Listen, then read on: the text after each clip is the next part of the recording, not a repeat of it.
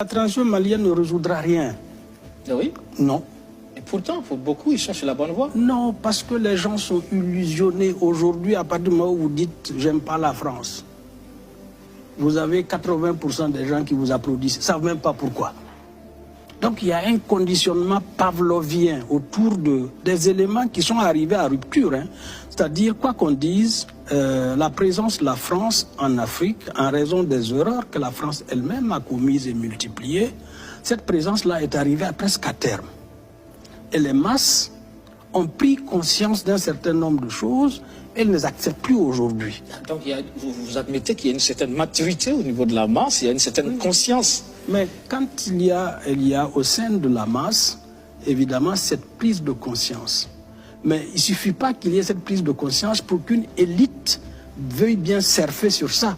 Il faut qu'elle lui donne un contenu et qu'il lui donne évidemment un programme par rapport à l'aboutissement qui peut être dans les intérêts du peuple. Comment? On sait tous que la France a fait des choses qui ne sont pas très catholiques en Afrique.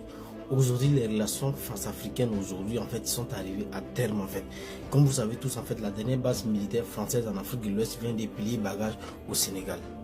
Mais ce que nous voulons éviter, c'est d'éviter que les Africains soient couchés dans le passé et refuser, en fait, les opportunités que nous pourrons avoir avec des pays occidentaux sur du fait que parce qu'ils ont fait des choses chez nous qui n'étaient pas très catholiques.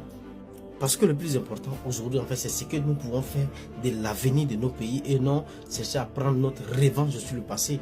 Maintenant, il y en a qui ont décidé de surfer sur des sentiments revanchards des Africains qui est en quelque sorte légitime.